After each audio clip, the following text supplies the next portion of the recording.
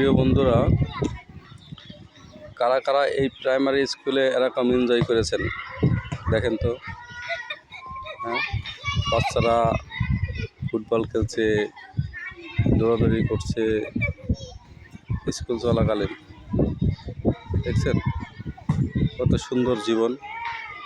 এই জীবনে আশা করি সবাই ছিলেন, তবে এখন বর্তমান প্রাইমারি স্কুল জীবন মানুষের খুব কমই। বিভিন্ন কেজি স্কুল উঠে এই প্রাইমারি স্কুলটা অনেকেই ত্যাগ করে ফেলেছেন। এই বট গাছের নিচেই বসে পড়া, খেলাধুলা করা, এরকম জীবনটা খুবই মানুষের কম ছিল। এখন খুবই কম, আগে ছিল বেশি। তো ভালো লাগলে লাইক, কমেন্ট, শেয়ার করে দিন।